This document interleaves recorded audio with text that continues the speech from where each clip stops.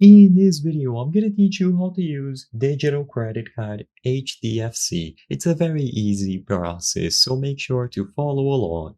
Using a digital card attributed to the HDFC bank is extremely simple. You will be able to use it for online purchases as long as you have access to the full card number, expiration date, and security code, or in-store purchases. You will be able to attribute the card to a digital wallet and use it without any issues. So you can manage the card by opening the latest version of the HDFC app. You can also use something like the PayZ app if you would like to access something like the Pixel card, which is fully digital. Most HDFC bank cards will allow you to link them to a digital wallet, and with the inclusion of the new Pixel card, it is going to be fully digital. So just choose whichever one you prefer.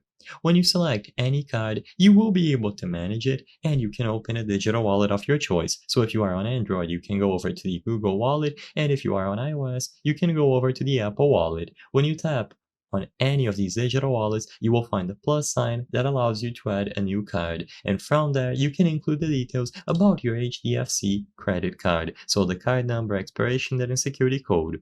Once the card is attributed to a digital wallet, you can now use it for the purposes that I mentioned in the beginning of the video. So you can do in-store purchases. If your phone has NFC capabilities, just place your phone near the card reader and you will be able to pay for in-store purchases, or you can do online purchases by using this card as well. You can manually include all of the details or choose the option to pay with Google Pay or Apple Pay. Your payment is going to go through using the HDFC card of your choice, and you can acquire new cards by using the latest version of their apps.